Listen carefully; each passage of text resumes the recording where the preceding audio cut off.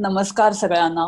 आणि toast master Rutuja Kulkarni यांचे मनापासून आभार की मला या पुणे मराठी टोस्ट मास्टर मंडळाच्या 74व्या स्वातंत्र्य दिनानिमित्तच्या या विशेष सभेमध्ये संधी दिली बोलण्याची. गेल्या जवळजवळ 1 तास जे काही मी अनुभवत आहे ते खूप सकारात्मक आहे. आणि खरंच हा जो उपक्रम, याची संकल्पना मला माहीत नव्हती आणि या निमित्तानं मला एक नवीन सकारात्मक एक उपक्रम समजला. त्यामुळे खरंच मनापासून तुम्हा सर्वांचे आभार. माझा विषय सुरू करण्यापूर्वी आजच्या स्वातंत्र्य दिनानिमित्त सर्वप्रथम सर्वांना शुभेच्छा. जीवाची बाजी लावून भारत नावाची शौर्य गाथा उभी करणारे ज्ञात आणि अज्ञात हजारो लाखो हुतात्मे, सजग नागरिक, या सगळ्यांनी मिळून आपल्याला एक वारसा दिलेला आहे आणि तो वारसा पुढे घेऊन जाणं ही आपली जबाबदारी आहे. आज जेव्हा इथे देशसेवा म्हणजे काय यावरची वेगवेगळी उत्तरं मी ऐकली तेव्हा खरंच मनापासून आनंद झाला की अशा वेगवेगळ्या प्रकारे आणि खरंच इतक्या डेप्थ मध्ये लोक विचार करतात हे ऐकून शिकण्यासारखं खूप आहे हे सुद्धा जाणवलं आणि मनापासून आनंद झाला. आज जो विषय मला म्हणजे ज्या विषयावर मी बोलणार आहे तो विषय आहे मी मला शोधत असताना. खरं तर म्हणजे आता सकाळपासून वेगवेगळी जी भाषणं ऐकली, म्हणजे ससा आणि कासव ही गोष्ट किंवा वसुधैव कुटुंबकम या विषयावरती जे ऐकायला मिळालं आणि त्याचं जे काही मूल्यमापन झालं ते पाहून मला पण असं वाटलं की माझ्या पण भाषणांचं असं मूल्यमापन कोणी करू शकलं तर खरंच बरं होईल, जेणेकरून त्याच्यातून मी नवीन गोष्टी शिकू शकेन आणि स्वतःला अधिक जास्त इम्प्रूव्ह करू शकेल. माफ करा, बरेचसे इंग्रजी शब्द मध्ये मध्ये वापरते, म्हणजे ती एक कमी आहे आणि ती सुधारण्याचा मी प्रयत्न करत आहे. आणि आज विशेषतः या सकाळपासून टोस्ट मास्टर्सचे वेगवेगळे भाषणं ऐकल्यावरती मला ते अधिक जाणवलं की जास्तीत जास्त मराठी शब्द वापरण्याचा प्रयत्न आणि इंग्रजी शब्द शक्यतो न वापरण्याचा प्रयत्न केला पाहिजे. ती अजून एक नवीन जाणीव आज झालेली आहे. सो विषयाला सुरुवात करते. मी मला शोधत असताना म्हणजे नक्की काय? जसं व्यावसायिक आयुष्यात आणि वैयक्तिक आयुष्यात आपण पुढे जात असतो, वर्षानुसार पुढे जात असतो, तसंच वेगवेगळ्या अनुभवांमुळे आपण बदलत असतो. व्यक्ती म्हणून, विचार म्हणून, भावना आपल्या ज्या असतात त्या एक वेगळा प्रवास करत असतात. सो आज मी जे काही बोलणार आहे म्हणजे माझा जो काही व्यावसायिक प्रवास, प्रोफेशनल जर्नी आपण ज्याला म्हणतो, त्याबद्दल ऋतुजाने ऑलरेडी सांगितलं. पण मी आज जे बोलणार आहे ते जी माझी वैचारिक भावनिक जो माझा प्रवास राहिलेला आहे त्याच्याबद्दल बोलणार आहे. हा जो प्रवास असतो तो अनेकदा नकळत घडतो, कधी कधी अपघाताने घडत असतो. तो एखाद्या संभाषणातून होऊ शकतो. ते जे बदल आपल्यामध्ये घडत असतात ते एखाद्या संभाषणामुळे होऊ शकतात, एखाद्या पुस्तकामुळे होऊ शकतात, एखाद्या चित्रपटामुळे होऊ शकतात, एखाद्या वाक्यामुळे होऊ शकतात. आणि अशा असंख्य अनुभवातून आपण घडत जात असतो. सो आज मी असेच काही अनुभव ज्याच्यातून मला वाटतंय की खरंच मी घडत गेले किंवा मागे वळून बघताना ज्यांना मैलाचे दगड किंवा माइलस्टोन म्हटलं जातं असे ते अनुभव माझ्या आयुष्यात होते, त्याच्याबद्दल बोलणार आहे. सो सुरुवात अगदी शाळेपासून करेन. म्हणजे आता जेव्हा हे मूल्यमापन चाललं होतं भाषणांचं त्यावेळेला मला शाळेतल्या आमच्या आनंद निलय वाङ्मय मंडळाची आठवण झाली. आमच्या शाळेमध्ये आमच्या ज्या मराठीच्या शिक्षिका होत्या आणि आमच्या वर्ग शिक्षिका पण होत्या, दाणीबाई, 8वी 9वी 10वी पर्यंत आम्हाला त्या वर्ग शिक्षिका म्हणून होत्या. तर त्यांनी एक आनंद निलय वाङ्मय मंडळ नावाचं एक मंडळ स्थापन केलं होतं. आणि त्या मंडळामध्ये दर महिन्याला प्रत्येक ओळीला, म्हणजे शाळेमध्ये ज्या बाकांच्या ओळी असायच्या 4 ओळी, तर त्या प्रत्येक ओळीतल्या मुलींना एक विषय घेऊन त्याच्यावरती लिखाण करायचं होतं. त्याशिवाय एक भित्तीपत्रक बनवायचं होतं, जे महिनाभर तिथे भिंतीवरती फळ्याच्या शेजारी असायचं. आणि एखादा कुठल्या तरी एखादी स्पर्धा आयोजित करायची होती. मग ती काव्य वाचनाची असेल किंवा भाषणाची असेल किंवा अजून वक्तृत्व, कथाकथन अशा वेगवेगळ्या स्पर्धांपैकी असेल. सो अशी एक स्पर्धा आयोजित करायची असायची. सो जेव्हा आमच्या ओळीची टर्न होती की आम्ही त्या महिन्यामध्ये भित्तीपत्रक बनवलं आणि काव्य वाचन नव्हतं ते, ऍक्च्युली काव्य म्हणण्याची ती स्पर्धा होती. म्हणजे पाठ करून तिथे न बघता म्हणणं, हे अशा प्रकारची ती स्पर्धा होती. जेव्हा मी त्याच्यामध्ये भाग घेतला आणि समोर उभी राहिले, तेव्हा अक्षरशः पाय थरथर कापत होते, डोळ्यातून पाणी यायला लागलं होतं आणि पोटात गोळा येणं ज्याला आपण म्हणतो, तशी काहीशी ती अवस्था होती. आणि तो दिवस, म्हणजे प्रत्येक भाषणाला जेव्हा मी हल्ली उभी राहते, माओवाद या विषयासाठी महाराष्ट्रभर फिरणं होतं तो विषय मांडण्यासाठी, तेव्हा बरेचदा मला तो दिवस आठवतो. त्या दिवशी जो नर्वसनेस अनुभवला होता तो आठवतो. आणि प्रत्येक वेळेला दाणीबाईंची निश्चित आठवण येते. कारण ती जी काही भीती असते समोर उभं राहून बोलण्याची, ती भीती मनातून काढून टाकण्याचं जे काम आहे ते त्या आनंद निलय वाङ्मय मंडळाच्या त्या उपक्रमातून झालं होतं. त्यामुळे अशा या छोट्या छोट्या गोष्टीतून आपण कसे पुढे जात असतो किंवा घडत असतो हे मला तिथे जाणवलं.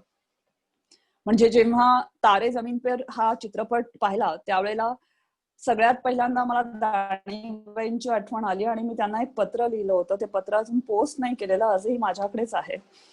आणि त्याच्यामध्ये मला तो चित्रपट पाहिल्यावरती विशेषतः प्रकर्षाने जाणवलं की शिक्षकांचा आपल्या आयुष्यामध्ये किती महत्वाचा रोल असतो, किती महत्वाची भूमिका असते. आणि त्या अनुभवातून, त्या उपक्रमातून मी आणि माझ्यासारख्या असंख्य विद्यार्थिनी घडत गेल्या. सो ही एक सुरुवात होती त्यावेळेची, ज्याला आपण वक्तृत्व किंवा भाषा या विषयामध्ये आवड निर्माण जी झाली ती तिथून सुरुवात झाली होती. जसं शिक्षकांचा एक महत्वाचा रोल असतो आपल्या आयुष्यात, त्याचप्रमाणे मित्रमैत्रिणींचा सुद्धा खूप मोठा रोल असतो, खूप मोठी भूमिका असते. म्हणजे आपल्या संगतीमुळे आपण घडत किंवा बिघडत असतो. सुदैवानं जसे चांगले शिक्षक आयुष्यात मिळाले, तसेच चांगले मित्रमैत्रिणी योग्य वेळी आयुष्यामध्ये आले आणि त्यांच्याकडून बऱ्याच नवीन गोष्टी शिकायला मिळाल्या. तर अशा काही गोष्टींबद्दल आता मी सांगणार आहे की मित्रमैत्रिणींमुळे कसा आयुष्यात बदल होत गेला. मी फर्ग्युसन मध्ये शिकले, त्याच्या आधी मी अहिल्यादेवी मध्ये होते. अहिल्यादेवी नंतर गरवारे कॉलेजमध्ये 11वी 12वी केलं आणि नंतर मग फर्ग्युसन मध्ये ग्रॅज्युएशन साठी आले. सो फर्ग्युसन मध्ये जाण्याची पहिल्यांदा भीती वाटायची, कारण तेव्हा फर्ग्युसनचं जे वातावरण होतं, बरेचसे लोक तिथे इंग्रजीच बोलायचे, त्यामुळे तिथे जाण्याची एक मनामध्ये धास्ती होती की अरे आपल्याला इंग्रजी बोलता येत नाही. त्यानंतर जे काही तिथे मित्रमैत्रिणी भेटत गेले आणि त्याच वेळेला मी एनसीसी सुद्धा जॉईन केलं होतं. एनसीसी मुळे आणि त्या मित्रमैत्रिणींमुळे आयुष्यात खूप सकारात्मक बदल घडत गेला. एक उदाहरण द्यायचं झालं तर माझ्या मित्रांपैकी बरेच जण होते जे एनडीए साठी त्यावेळेला तयारी करत होते. सो फर्ग्युसन मध्ये किमयामध्ये आम्ही बसलो आणि त्यांचं ते गटचर्चा चालू होती आणि ती इंग्रजीमध्ये चालू होती. त्याच्यामध्ये मी काही फारसा सहभाग, म्हणजे तिथे बसले होते पण मी त्याच्यात सहभागी झाले नाही. सो माझा एक मित्र होता, त्यांनी मला विचारलं नंतर, त्यांची चर्चा झाल्यानंतर, की तू काहीच का नाही बोलली त्या गटचर्चेमध्ये. सो तेव्हा मी त्याला म्हटलं की पहिली गोष्ट म्हणजे माझं या विषयांवरचं वाचन नाही, आणि दुसरी गोष्ट म्हणजे मला इंग्रजीमध्ये बोलता येत नाही. त्यावेळेला त्यांनी मला एक इंडिया टुडेचं मासिक हातामध्ये दिलं आणि सांगितलं की आता हे वाचायला सुरुवात कर, आणि मग जसं वाचत जाशील तसं आपोआप इंग्रजी पण सुधारेल आणि ज्ञान जे आहे या विषयांवरचं ते पण वाढत जाईल. आणि ती सुरुवात होती की पहिल्यांदा मी इंग्रजी मासिक हातात घेतलं आणि ते वाचायला लागले होते. मला आजही आठवते की त्याचं जे एडिटोरियल होतं, जे संपादकीय होतं, ते वाचायला मला जवळजवळ काही तास लागले होते. डिक्शनरी घेऊन बसले होते मी बरोबर. आणि त्याच्यानंतर मग म्हणजे तो एक दिवस होता, आणि नंतर आता पूर्ण इंग्रजीतला न्यूजपेपर काही तासांमध्ये वाचून होतो असा तो बदल पुढे घडत गेला. पण त्या बदलाची जी सुरुवात होती ती तिथे होती. सो अशा प्रकारे कळत नकळत आपले मित्रमैत्रिणी सुद्धा आपल्यामध्ये सकारात्मक बदल घडवत असतात. अजून एक माझी मैत्रीण होती जिला वेगवेगळ्या प्रदर्शनांना जाण्याची आवड होती, आणि तिच्यामुळे मला सुद्धा ती सवय लागली की कुठे काय कार्यक्रम आहे ते सकाळी न्यूजपेपरमध्ये बघायचं आणि मग त्या ठिकाणी जाऊन पोहोचायचं. आणि असं करत करत वेगवेगळ्या विषयांवरच्या नवीन गोष्टी आपल्याला कळतात, नवीन माणसं भेटतात, आणि आपल्या कळत नकळत त्या गोष्टींमुळे, त्या अनुभवांमुळे, जे काही आपण ऐकतो, जे कानावर पडतं, जे वाचतो, त्याच्यामुळे आपल्यामध्ये जे सकारात्मक बदल घडत जातात, आणि मग आपण वैचारिक जी वाटचाल असते ती अगदी आपल्या नकळत होत असते. म्हणजे त्यावेळेला मला कधी हे लक्षात नाही आलं की या गोष्टींमुळे माझ्या विचारांमध्ये किंवा माझ्या विचार करण्याच्या पद्धतीमध्ये काही बदल घडतायत, पण ते नकळत घडत असतात. सो या दोन गोष्टी झाल्या जेव्हा मी शाळा आणि कॉलेजमध्ये असतानाचे हे अनुभव झाले. बरेच जणांना ही उत्सुकता असते की आर्मीतल्या अनुभवांबद्दल काहीतरी सांगा. सो तसा एक अनुभव मी इथे सांगते, आणि तो म्हणजे आर्मीमध्ये मी 5 वर्ष होते आणि त्याच्यामध्ये बरेच वेगवेगळ्या प्रकारचे अनुभव आले. एक सगळ्यात महत्वाचं त्या क्षेत्राचं वैशिष्ट्य असं आहे की तिथे तुम्हाला अशा गोष्टी बघायला मिळतात, अशा गोष्टी करायला मिळतात, अशा ठिकाणी जायला मिळतं जे जनरली अदरवाईज जायला मिळत नाही. म्हणजे आपण एक पर्यटक म्हणून एखाद्या ठिकाणी जाणं वेगळं, पण प्रत्यक्ष तिथे अगदी रिमोट एरियाज मध्ये जिथे शक्यतो पर्यटक सुद्धा बरेचदा जात नाही, अशा ठिकाणी जाऊन तिथे राहणं आणि वेगवेगळ्या हवामानाच्या वेगवेगळ्या परिस्थितीमध्ये स्वतःला ऍडजस्ट करणं, या ज्या गोष्टी असतात त्याच्यातून सुद्धा म्हणजे त्या गोष्टी तिथे आर्मीमध्येच किंवा संरक्षण क्षेत्रातच करायला मिळतात असं मला वाटतं. सो माझं पहिलं जे पोस्टिंग होतं ते आसाममध्ये होतं, आणि आसाममध्ये तो काउंटर इन्सर्जन्सी एरिया होता. तिथे आमचा जी भूमिका असायची, जे काम आम्ही करायचो, तर त्यामध्ये एक असायचं की सकाळी रेल्वे ट्रॅक पेट्रोलिंग असायचं, आरओपी किंवा रोड ओपनिंग म्हणायचं त्याला. सो त्याच्यामध्ये असं असायचं की जोपर्यंत पूर्ण तो रेल्वे ट्रॅक जो असायचा त्याच्यामध्ये कुठले आयडीज म्हणजे इम्प्रोवाइज्ड एक्सप्लोजिव्ह डिव्हायसेस ज्याच्यावरती प्रेशर दिलं की ते फुटतात, तर असे कुठले आयडीज तर नाही आहेत ना हे चेक करायचं असायचं. आय थिंक सकाळी काहीतरी 6 की 7 वाजता गुवाहाटीवरून पहिली ट्रेन निघायची, आणि ती ट्रेन निघायच्या आधी आम्हाला ही सगळी प्रोसेस करायची असायची, आणि त्याच्यानंतर ओके रिपोर्ट द्यावा लागायचा, आणि त्याच्यानंतर ती ट्रेन जायची. आणि दिवसातून काही फ्रिक्वेन्सी ठरलेल्या होत्या की तितके वेळा ते रोड ओपनिंग ज्याला आपण म्हणतो किंवा रेल्वे ट्रॅक पेट्रोलिंग जे म्हणतो ते करावं लागायचं. सो त्याची सुरुवात जी असायची ती सकाळी म्हणजे अराउंड 3-3:30 ला उठायचं, त्याच्यानंतर 4 वाजता तिथं त्या ठिकाणी पोहोचायचं, आणि 4 ते पुढे 5:30 पर्यंत तो सगळं ड्रिल कम्प्लीट करायचं, आणि त्यानंतर ओके रिपोर्ट द्यायचा परत येऊन, आणि मग तो ओके रिपोर्ट झाल्यावरती ती ट्रेन तिकडून निघायची. सो हे एक झालं रोड ओपनिंग. त्याच्या व्यतिरिक्त एमसीपी म्हणजे मोबाईल चेकपोस्ट सारखे काही ऍक्टिव्हिटीज असायच्या की ज्यामध्ये जसं तुम्ही चित्रपटांमध्ये पाहिलं असेल की गाड्या ज्या असतात त्या रस्त्यांवरती थांबवल्या जातात आणि त्या गाड्यांचं चेकिंग होतं. सो अशा प्रकारचे मोबाईल चेकपोस्ट आम्हाला रात्री लावायचो आम्ही, म्हणजे रात्री अराउंड 1-2 ला सुरुवात व्हायची आणि मग पहाटेपर्यंत ते मोबाईल चेकपोस्ट लावायचे असायचे. त्या व्यतिरिक्त विलेज पेट्रोलिंग साठी म्हणजे आजूबाजूचे जे गावं आहेत ज्याला आम्ही एरिया ऑफ रिस्पॉन्सिबिलिटी म्हणतो, सो त्या गावांमध्ये तिथे जाऊन व्हिलेज पेट्रोलिंग करायचं, तिथले जे गावकरी आहेत त्यांच्याशी संवाद साधायचा, अशा प्रकारची वेगवेगळी कामं तिथे असायची. सो आम्ही हे जे व्हिलेज पेट्रोलिंग करायचो त्याचबरोबर एक ऑपरेशन सद्भावना नावाचा एक तिथे उपक्रम होता. या ऑपरेशन सद्भावनाच्या माध्यमातून आर्मी आणि तिथले जे सामान्य लोक आहेत त्यांच्यामध्ये एक चांगलं नातं तयार व्हावं यासाठी वेगवेगळे प्रयत्न केले जायचे. म्हणजे त्या लोकांना आर्मी बद्दल अधिक माहिती मिळावी किंवा आर्मीच्या माध्यमातून त्यांचे काही प्रश्न सोडवले जाऊ शकतात का हे पाहणं, असा त्याचा उद्देश होता. सो अशाच एका गावामध्ये तिथे आम्ही म्हणजे ठराविक पिरियॉडिकली म्हणजे ठराविक फ्रिक्वेन्सी ठरलेल्या असायच्या की कुठल्या गावामध्ये किती दिवसांनी जायचं हे ठरलेलं असायचं.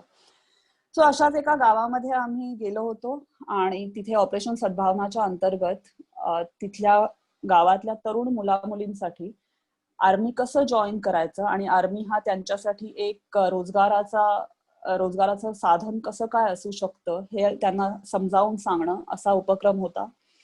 आणि त्यानंतर त्या गावातल्या मुलांची एक व्हॉलीबॉल मॅच आम्ही ऑर्गनाईज केली होती. आता या उपक्रमामध्ये असं होतं की शाळेमध्ये ते भाषण होतं आणि त्यानंतर ती व्हॉलीबॉलची मॅच सुरू होणार होती. तिथे परिस्थिती अशी होती, तिथे ज्या मुली असायच्या त्यांचा शाळेचा जो युनिफॉर्म होता तो साडी होता आणि तिथल्या लोकांनी कधी लेडी ऑफिसर किंवा एखाद्या स्त्रीला आर्मीच्या युनिफॉर्म मध्ये पाहिलेलं नव्हतं आधी त्यापूर्वी. त्यामुळे मी जेव्हा व्हिलेज पेट्रोलिंगसाठी तिथे जायचे तर तिथे लोक त्यावेळेला मोबाईल पण नव्हते, पण लोक तिथे यायचे आणि मग ते हँडशेक वगैरे करायचे. फारच ऑकवर्ड वाटायचं सुरुवातीला. म्हणजे बरेचदा असे घोळक्यानी लोक यायचे मला बघायला की युनिफॉर्म मध्ये कोणीतरी स्त्री आहे हे बघण्यासाठी म्हणून घोळक्यानी तिथे लोक यायचे.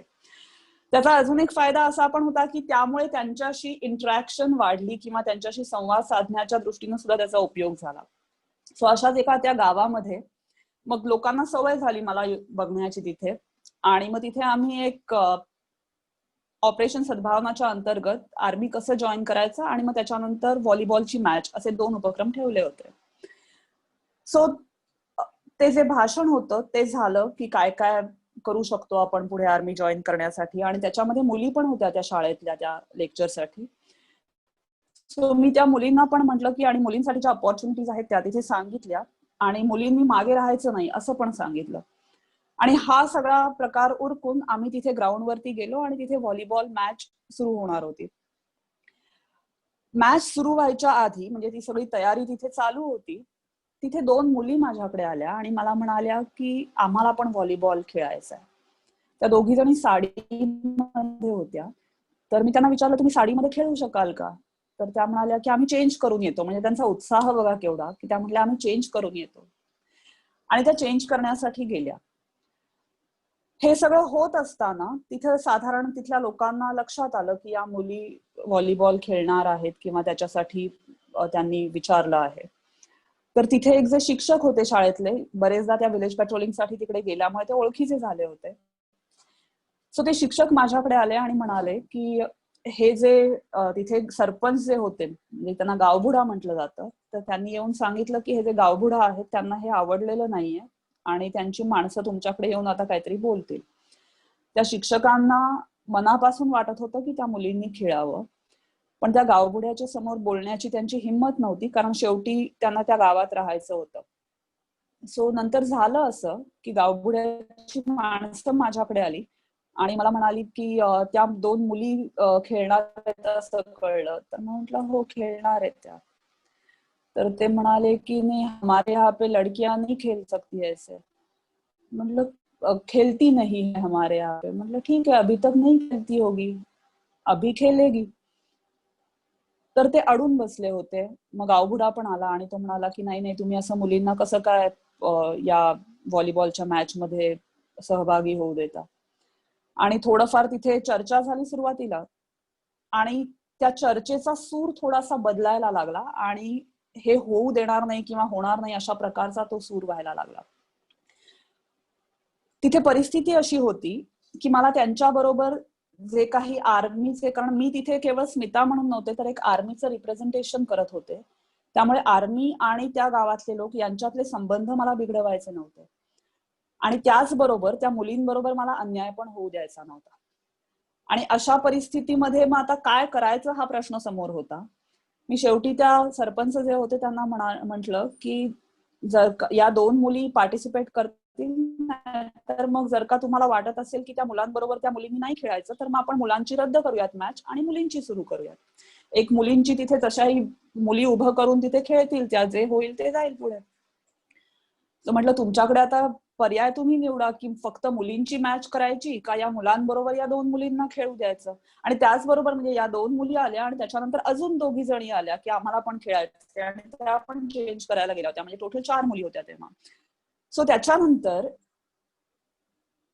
त्यांच्याकडे पर्याय नव्हता, कारण की ऑर्गनायझर किंवा आयोजक म्हणून आम्ही होतो.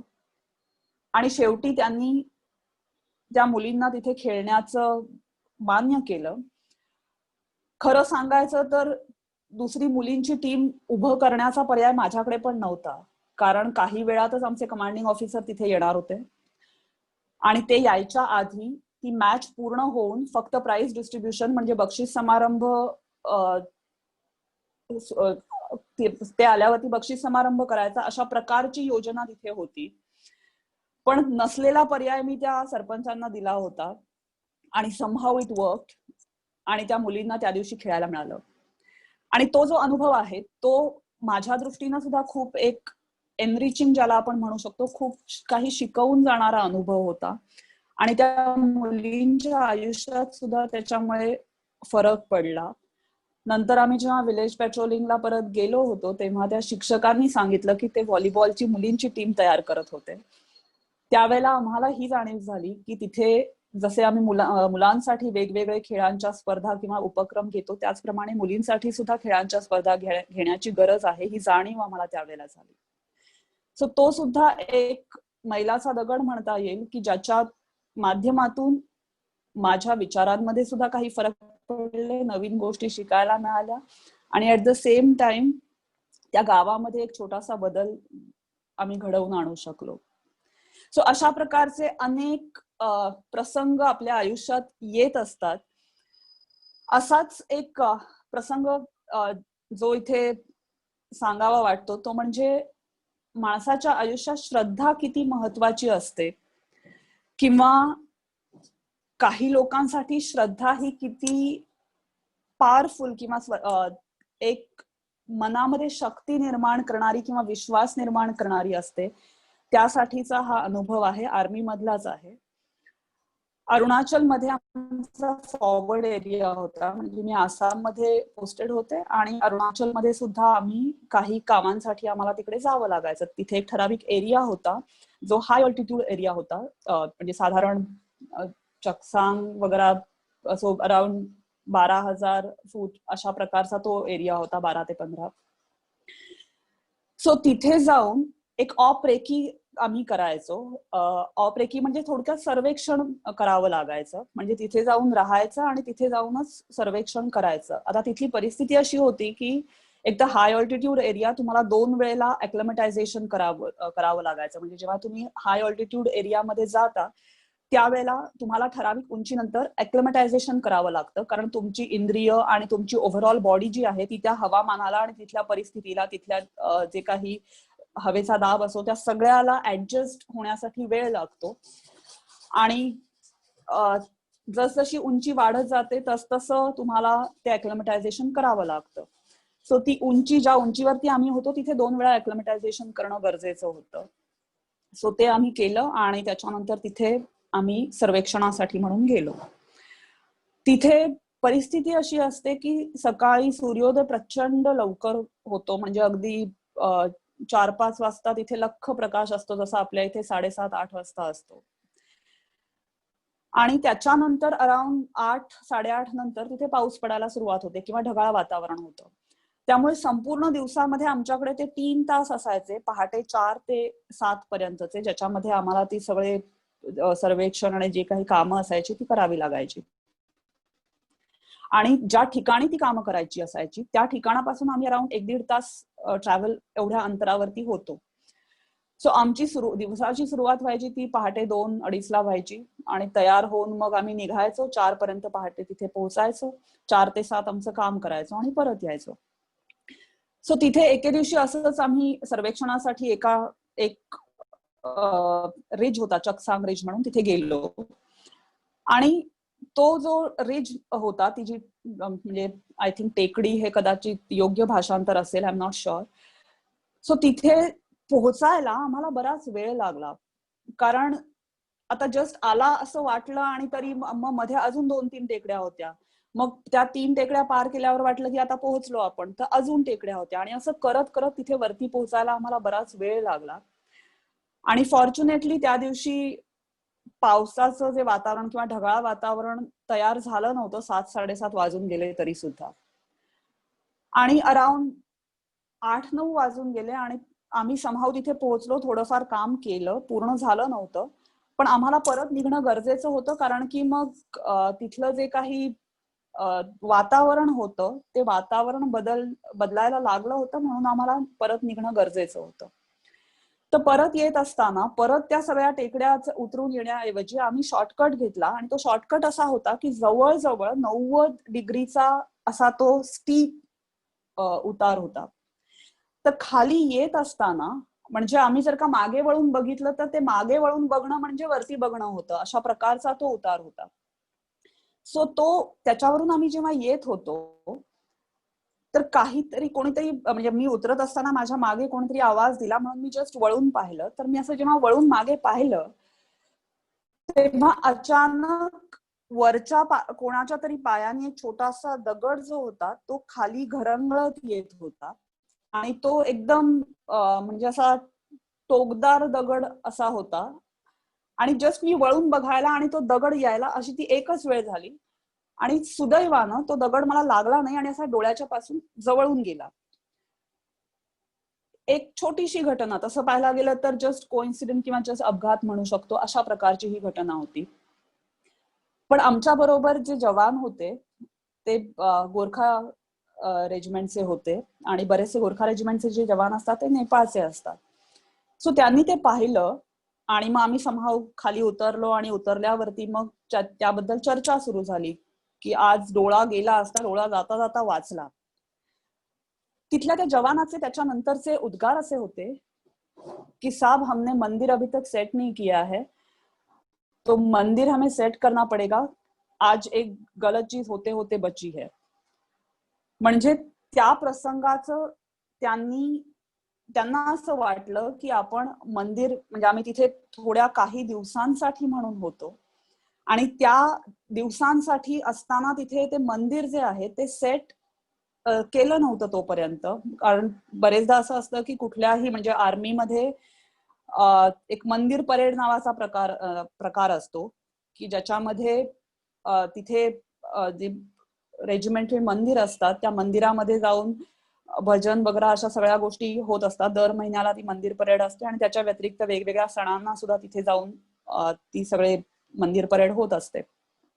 आणि हाय ऑल्टिट्यूड मध्ये गेल्यावरती सुद्धा हे लोक स्वतःचं मंदिर घेऊन तिथे आले होते आणि एक दुर्घटना वाचली ती देवाच्या कृपेने वाचली असा त्यांचा विश्वास होता आणि त्या निमित्तानं ते मंदिर सेट करून ती पूजा केली पाहिजे अशा प्रकारची त्यांची भावना होती. आणि त्या प्रसंगामध्ये मला पहिल्यांदा जाणीव झाली की लोकांच्या श्रद्धा किती स्ट्रॉंग असतात आणि म्हणजे त्या श्रद्धा हे त्यांच्यासाठी बळ देणाऱ्या सुद्धा असतात. आणि एखादी दुर्घटना घडली नाही किंवा घडू नये त्यासाठी त्या श्रद्धांचा आदर करत त्या श्रद्धांना पुढे घेऊन जाण्याचं काम लोक कसं करत असतात हे मला त्या प्रसंगातून जाणवलं. ऑलरेडी 26 मिनिट झालेले आहेत. माझ्याकडे अजून वेळ असेल तर एखादा छोटासा प्रसंग सांगते, अदरवाईज मी थांबते. टाइम सांगाल कोणी? अजून 5 मिनिटं आपण बोलू शकतो. ओके. सो आता 5च मिनिट आहेत. तर अजून एक जो विचार लक्षात आला तो सांगते की जगात शाश्वत असं काहीच नसतं असं आपल्याला बरेचदा सांगितलं जातं, पण जोपर्यंत आपण ते अनुभवत नाही तोपर्यंत ते खरंच कळत नाही की त्याचा अर्थ काय आहे. जेव्हा आर्मी जॉईन करायची होती, म्हणजे जवळजवळ 3 वर्ष मी एकाच गोष्टीचा विचार केला होता ग्रॅज्युएशनच्या, की मला तो युनिफॉर्म आर्मीचा जो आहे तो त्या युनिफॉर्म मध्ये मला स्वतःला बघायचंय आणि ते खांद्यावरती ते स्टार्स पाहिजेत. आणि इतकं ते स्वप्न होतं की फार मनापासून आणि जवळजवळ रोज, म्हणजे आज जर का माझी जुनी डायरी काढून पाहिली तर मी कमीत कमी 100 वेळा लिहिलं असेल की मला ते लेफ्टनंट स्मिता गायकवाड, ते लेफ्टनंट हा शब्द तिथे आला पाहिजे. इतकं ते खूप क्लोज टू हार्ट ज्याला आपण म्हणू शकतो अशा प्रकारचं ते स्वप्न होतं. सो आर्मीमध्ये निवड झाल्यानंतर म्हणजे तिथलं जे ट्रेनिंग असतं ते ट्रेनिंग अक्षरशः असं असतं की तुमच्या समोर जेवण असतं पण तुम्हाला जेवायला मिळत नाही, तुम्हाला झोपायला बेड असतो पण तुम्हाला झोपायला मिळत नाही, अशी काहीशी ती परिस्थिती असते. आणि ती गरज पण असते कारण त्या सगळ्या प्रोसेसमधून, त्या माध्यमातूनच तुम्ही घडत जाता. सो लिटरली पहिल्या दिवसापासून पासिंग आउट परेड पर्यंत, ज्याला आपण दिवस मोजणं म्हणतो, तसे अक्षरशः दिवस प्रत्येक कॅडेट मोजत असतो की कधी एकदा पासिंग आउट परेड येईल आणि कधी एकदा या सगळ्यातून आपण बाहेर पडू, अशी काहीशी ती अवस्था असते. सो जेव्हा त्या ट्रेनिंग मध्ये होते तेव्हा मला, आणि इव्हन त्याच्या आधी सुद्धा, म्हणजे जेव्हा जॉईनिंग लेटर आलं होतं तेव्हापासून मनात एक विचार होता की ज्या दिवशी पासिंग आउट परेड असेल त्या दिवशीच्या माझ्या भावना कशा असतील, त्या दिवशीचा आनंद कसा असेल. म्हणजे मी एनडीएची पासिंग आउट परेड पाहिली होती, म्हणजे एनसीसी मध्ये असताना एनडीएच्या पासिंग आउट परेडला आम्ही न चुकता जायचो. आणि तिकडे जाताना म्हणजे तिकडे गेल्यावरती जेव्हा जेव्हा त्या परेडला आम्ही जायचो तेव्हा तेव्हा हा विचार करायचे की आपल्या आयुष्यात हा दिवस कधी येईल. आणि जेव्हा जॉईनिंग लेटर आलं, तिथे ट्रेनिंगला गेले, तेव्हा कायम सारखा हा विचार मनात असायचा की त्या दिवशीच्या भावना कशा असतील, तो आनंद कसा असेल. म्हणजे मला असं वाटायचं की आपण आयुष्यात जे काही आजपर्यंत अनुभवलंच नाहीये अशा प्रकारचा आनंद मला त्या दिवशी अनुभवायला मिळेल. सो ट्रेनिंगचे दिवस चालले होते, संपले ते दिवस, आणि मग पासिंग आउट परेडचा दिवस उजाडला. सो आदल्या दिवशी रात्री सुद्धा माझ्या मनात हाच विचार होता की उद्या आपण काहीतरी एक झेनिथ ऑफ हॅपीनेस ज्याला म्हटलं जातं, की एक परमोच्च आनंदाचा बिंदू ज्याला म्हणू शकतो, अशा प्रकारचं काहीतरी आपण उद्या अनुभवणार आहोत असं मला वाटलं होतं. सो पासिंग आउट परेड झाली, त्याच्यानंतर ज्याला पिपिंग म्हटलं जातं, म्हणजे त्या रँक शोल्डरवरती लावल्या जातात, ते सगळं झालं. आणि त्यावेळेला मला असं वाटलं की इतके वर्षापासून आपण हे होण्याची वाट बघत होतो, ते आज झालं. आनंद निश्चित होता, पण तो आनंद म्हणजे कधी न अनुभवलेला आनंद असा नव्हता. आणि मला स्वतःला असा प्रश्न पडला की आपल्याला वाटलं होतं की आपण असं काहीतरी अनुभवणार आहोत की जे आयुष्यात कधीच नाही अनुभवलं. मग आपण ते का नाही अनुभवलं, असं काहीच माझं मन स्वतःला विचारत होतं. आणि आता मी जेव्हा मागे वळून पाहते तेव्हा असं मला वाटतं की प्रवास हा जास्त महत्वाचा असतो त्या डेस्टिनेशन पेक्षा. म्हणजे तो जो प्रवास होता, म्हणजे आजही मी जेव्हा माझ्या ट्रेनिंगचा विचार करते, माझ्या ऑफिसर्स ट्रेनिंग अकॅडमीचा विचार करते, त्या सगळ्या प्रवासाचा विचार करते, तेव्हा त्या प्रवासातले क्षण जे असतात ते सगळे क्षण मला तितकेच आनंदाचे, म्हणजे त्यावेळेला ऑफकोर्स ते तेवढे आनंदाचे नव्हते कारण ते खूप कष्टाचे होते, पण ते खरे अविस्मरणीय क्षण वाटतात. त्यामुळे त्या पर्टिक्युलर प्रसंगातून जे मला शिकायला मिळालं ते हे होतं की प्रवास महत्वाचा असतो, केवळ डेस्टिनेशन महत्वाचं नसतं. म्हणजे जी पासिंग आउट परेड होती त्याच्याबद्दलचं जे काही मला एक वेगळं आकर्षण होतं की त्यावेळेला काय होणार आहे, तेव्हा मला हे कळत नव्हतं की ते फक्त त्या पासिंग आउट परेडचं नव्हतं, तर तो जो सगळा प्रवास होता त्या ट्रेनिंगचा, त्या प्रवासाबद्दलचं ते आकर्षण होतं आणि त्या प्रवासाचा जे कल्मिनेशन होतं ते पासिंग आउट परेडचं तो क्षण होता. त्यामुळे त्याच्यातून जे शिकायला मिळालं ते म्हणजे आयुष्यातले अनुभव जे असतात ते जास्त महत्वाचे असतात. आयुष्यातला जो प्रवास असतो तो जास्त महत्वाचा असतो. डेस्टिनेशन ज्याला आपण म्हणतो किंवा ज्याला गंतव्य म्हणतो, ते गंतव्य जे असतं ते ठीक आहे, आपण तिथे पोहोचतो, ते पण सुंदर असतं, पण तो प्रवास जो असतो तो जास्त काही शिकवणारा आणि जास्त सुंदर असतो. आय थिंक 5 मिनिट झाले असतील. इथेच मी थांबते. पुन्हा एकदा मनापासून धन्यवाद आणि तुमच्या या उपक्रमाला मनापासून शुभेच्छा. आय एम शुअर की या माध्यमातून मराठी भाषा आणि मराठी भाषेचं सौंदर्य, साहित्य पुढच्या पिढ्यांपर्यंत पोहोचवण्याचं आणि त्याला जोपासण्याचं काम तुम्ही सगळेजण करत आहात. त्यामुळे पुन्हा एकदा मनापासून शुभेच्छा तुम्हाला सर्वांना या पुणे मराठी टोस्ट मास्टर्स मंडळाच्या उपक्रमाबद्दल. Thank you so much. खूप खूप सुंदर. आणि नुसतं मी म्हणेन की आमच्यासाठी हा खूप मोठा भाग होता, पण कदाचित तुमच्या सगळ्या अनुभवापैकी 10% कदाचित 20% असा भाग होता. अजूनही बरेच अनुभव तुमच्या गाठीशी नक्की असतील आणि जे आम्हाला ऐकायला खूप आवडतील. मला तुमच्या भाषणातला सर्वात आवडलेला भाग कोणता वाटला ना, तर आजूबाजूच्या गावांना एरिया ऑफ रिस्पॉन्सिबिलिटी म्हणणं. ही जी गोष्ट आहे ना, ती सैन्यात असते आणि ती सामान्य नागरिकात यायला हवी असं मला वाटतं. आणि तिथूनच ते देशप्रेम सुरू होतं. आपण एक कोणाला प्रश्न विचारायचे असतील तर एक पटकन प्रश्न घेऊया. उमेश सरांना प्रश्न विचारायचा आहे आणि हेमांगिनीला. उमेश सर. धन्यवाद. खूप छान झालं. आता तुम्ही जो अनुभव कथन केलं तुमचं ते खूप छान झालं. मला एक विचारायचं होतं की मी आता जास्त तुमच्याबद्दल ऐकलं ते युट्यूबच्या व्हिडिओज मार्फत, जिथे तुम्ही नक्षलवाद याच्याबद्दल तुम्ही अभ्यासपूर्वक असे व्हिडिओ जे केलेत. तर मला विचारायचं होतं की नक्षलवादाचा अभ्यास करण्याकडे कसे काय वळाला? ओके. माझ्या आयुष्यात अनेक गोष्टी अपघाताने झालेल्या आहेत आणि ज्याला आपण म्हणतो ना प्रवाहाबरोबर वाहत जाणं. सो समहाऊ मी ते बरेचदा करते आणि ते मी अडवत नाही तो प्रवाह. सो तसंच काहीसं हे होतं. मी जेव्हा कॉर्पोरेट सोडण्याचा निर्णय घेतला होता आणि बँगलोरमध्ये NGO मध्ये जाण्याचा निर्णय घेतला होता, मध्ये मी सुट्टी घेतली होती. मध्ये काही वेळ होता माझ्याकडे, अराउंड 10-15 दिवसाचा. आणि त्यावेळेला माझ्या म्हणजे त्यावेळेला मी ठरवलं होतं की हे 15 दिवस फिरायचं.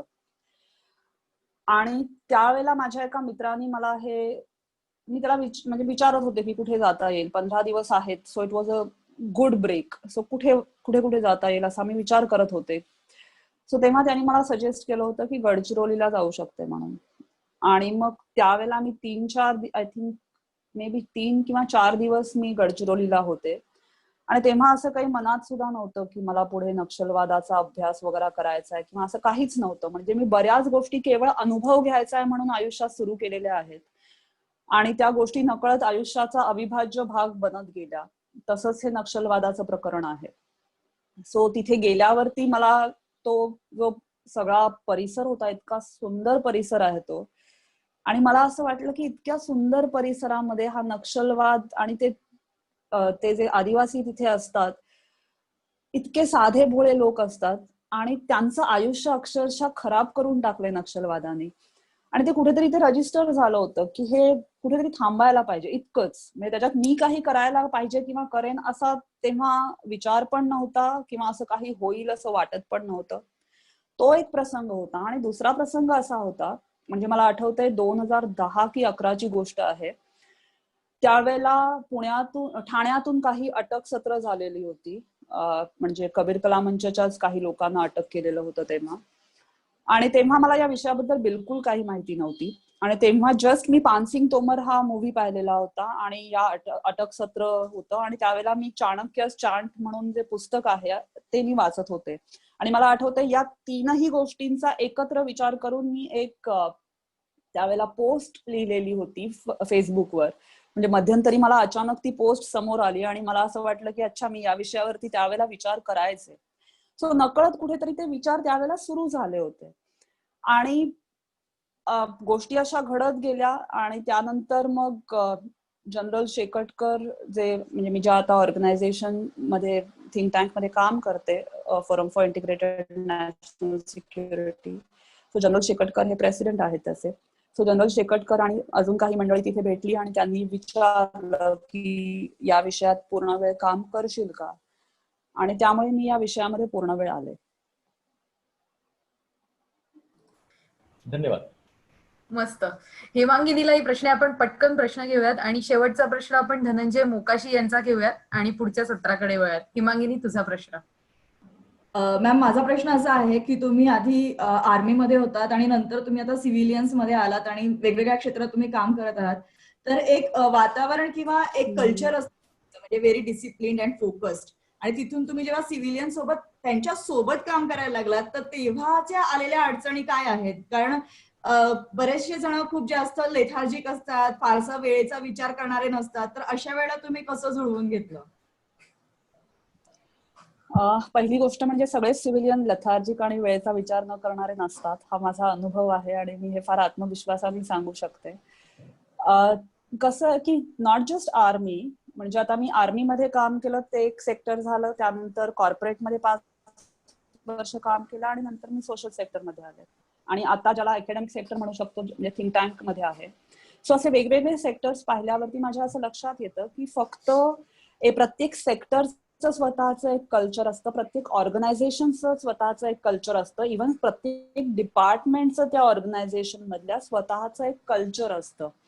आणि ते कल्चर कसं बनत असतं तर ते लोकांच्या विचारांनी बनत असतं, लोकांच्या अनुभवातून बनत असतं, लोकांच्या संभाषणातून बनत असतं, लोकांच्या एकमेकांबरोबर एकमेकांना कसं ते ट्रीट करतात त्यातून ते कल्चर बनत जातं, इव्हॉल्व्ह होत जातं. आणि त्यामुळे ते जे कल्चर ज्याला आपण म्हणतो किंवा जे ऍडजस्ट करणं जे असतं, तर मला असं वाटतं की म्हणजे फक्त मी आर्मीतून कॉर्पोरेटमध्ये आल्यावरतीच मलाच ऍडजस्ट करावं लागलं किंवा फक्त आर्मीच्याच लोकांना ऍडजस्ट करावं लागतं असं नाही. तुम्ही जेव्हा एखादी कंपनी बदलून दुसऱ्या कंपनीत जाता किंवा एखाद्या कॉर्पोरेटमधून सोशल सेक्टरमध्ये जाता तेव्हा सुद्धा प्रत्येकाला ती ऍडजस्टमेंट ही करावी लागते. त्यामुळे लोकेशन बदललं, सिच्युएशन बदलली, माणसं बदलली की ती ऍडजस्टमेंट ही येतेच. म्हणजे ती भले सेक्टरची असेल, ऑर्गनायझेशनची असेल किंवा कुठल्याही प्रकारची असेल. त्यामुळे असं फारसं काही अवघड गेलं नाही, पहिली गोष्ट.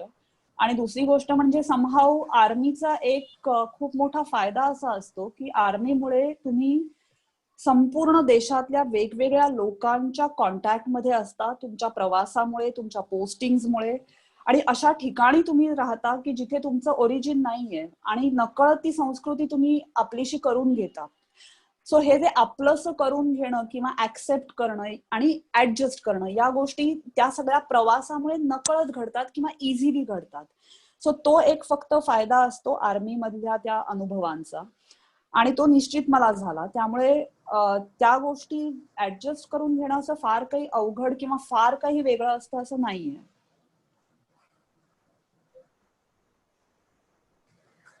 धन्यवाद. आपण एक शेवटचा प्रश्न घेऊयात. अबुधाबीवरनं आपले आज पाहुणे आपल्याला जॉईन झाले, धनंजय मोकाशी यांना. त्यांना विनंती करते पटकन त्यांनी एक त्यांचा प्रश्न विचारावा. धन्यवाद. माझा खूप साधा प्रश्न आहे मॅडम. तुमचे इतके व्यवस्थित आणि विविधरूपी अनुभव बघितले, वास्तविक आर्मी, कॉर्पोरेट आणि सोशल सायन्स, तर कुठेही मला तुमच्या वाक्यामधून, भाषणामधून, अनुभवामधून निगेटिव्हिटी जाणवली नाही. म्हणजे यू आर ऑलवेज पॉझिटिव्ह. आणि तुम्ही आता यापूर्वीचा जो प्रश्न घेतला त्यातही तुम्ही हे सांगितलं की there is always positive side. ते तुमचं प्रेरणास्त्रोत काय आहे, म्हणजे Y, how you are so 360 degree approach लाईफमध्ये तुमचं आहे, आर्मी, कॉर्पोरेट आणि अगदी हेवा वाटावा असं सामाजिक कार्य, आणि still there is no negativity. तुमची कुठल्याही आत्ताच्या अनुभवामध्ये तक्रार दिसली नाही. तर या तुमच्या पॉझिटिव्हिटीचा काय सोर्स आहे किंवा प्रेरणास्थान आहे? कारण हे खूप उल्लेखनीय आणि खरंच म्हणजे मी आता बाहेर राहतो देशाच्या, आणि मला खूप आपल्या देशामध्ये निगेटिव्हिटीचा जो काही भास येतो, आणि त्याबद्दल मला तुम्ही काय सांगावं आणि इतरांच्या साठी असं मला विनंती करायची तुम्हाला. ओके, तुम्ही फार महत्वाचा प्रश्न विचारलात, कारण मी ज्या विषयात काम करते त्या विषयामध्ये एक इनहेरंट निगेटिव्हिटी आहे. म्हणजे नक्षलवाद हा जो विषय आहे त्याच्यामध्ये एक ऑलरेडी एक निगेटिव्हिटी आहे त्या विषयात. त्यामुळे टू बी ऑनेस्ट बरेचदा ती निगेटिव्हिटी खूप नकोशी वाटते आणि खूप प्रयत्न करून ती निगेटिव्हिटी दूर ठेवण्याचा ते कष्ट घ्यावे लागतात असं माझा अनुभव आहे. सो एक गोष्ट जी या सगळ्या प्रवासात शिकायला मिळाली ती अशी आहे की तुम्ही नकारात्मकतेला नकारात्मकतेने संपवू शकत नाही. त्यासाठी तुम्हाला सकारात्मकताच लागते. मग ती सकारात्मकता म्हणजे काय, तर ती विचारांमधून येऊ शकते, ती साहित्यातून येऊ शकते, कलेतून येऊ शकते, म्युझिक मधून येऊ शकते. सो या ज्या गोष्टी आहेत आणि किंवा इव्हन योगा, मेडिटेशन या ज्या गोष्टी आहेत त्या सकारात्मक राहायला खूप मदत करतात. म्हणजे इनफॅक्ट या विषयात आल्यानंतर जी प्रचंड निगेटिव्हिटी किंवा नकारात्मकता अभूतपूर्व नकारात्मकता मी अनुभवली या विषयात आल्यानंतर. म्हणजे कसं आहे की एखाद्या ठिकाणी काम करणं, डिफिकल्ट सिच्युएशन मध्ये काम करणं, या सगळ्या गोष्टी एकीकडे आणि नकारात्मकताच आजूबाजूला असणं ही एक कम्प्लिटली वेगळी गोष्ट आहे. सो त्यामुळे विशेषतः या विषयात आल्यानंतर मी स्वतःहून ठरवून सकारात्मकतेसाठी काही स्टेप्स घेतल्या. त्याच्यातल्या एक महत्वाची स्टेप म्हणजे सोशल मीडियावरती जे काही निगेटिव्ह लिहिणाऱ्या काही पोस्ट असतात तर त्या अवॉइड करणं, वाचणं. दुसरी गोष्ट म्हणजे साहित्य, कला यांचा सकारात्मकतेमध्ये प्रचंड कॉन्ट्रीब्युशन आहे असं मला वाटतं. त्यामुळे तशा गोष्टींशी स्वतःला कनेक्ट ठेवणं किंवा तशा गोष्टींच्या संपर्कात राहणं, सकारात्मक लोकांच्या संपर्कात राहणं, जे कायम तुम्हाला, बरेचदा असं असतं की आपण स्वतः सुद्धा निगेटिव्ह होतो नकळत आपल्या, आणि मग त्यावेळेला आजूबाजूला सकारात्मक लोक असतील तर ते आपल्यामध्ये ते पॉझिटिव्ह बदल घडवू शकतात किंवा आपल्याला सांगू शकतात की हे फार नकारात्मक विचार करतेस तू. त्यामुळे असे सकारात्मक लोक आजूबाजूला असणं हे सुद्धा खूप महत्वाचं आहे. आणि सगळ्यात महत्वाचं जे मला वाटतं ते म्हणजे स्वतःमध्ये आतमध्ये बघण्यासाठी एक ठराविक वेळ स्वतःला देणं रोज, ज्याला मग ते मेडिटेशन असू शकतं किंवा जस्ट ज्याला आपण ऑटो रिफ्लेक्शन म्हणू शकतो. तर या ज्या छोट्या छोट्या गोष्टी असतात त्या खूप महत्वाच्या असतात आणि त्या सकारात्मक राहायला मदत करतात. म्हणजे मला तरी या सगळ्या प्रवासामध्ये त्याची बरीच मदत झाली आहे.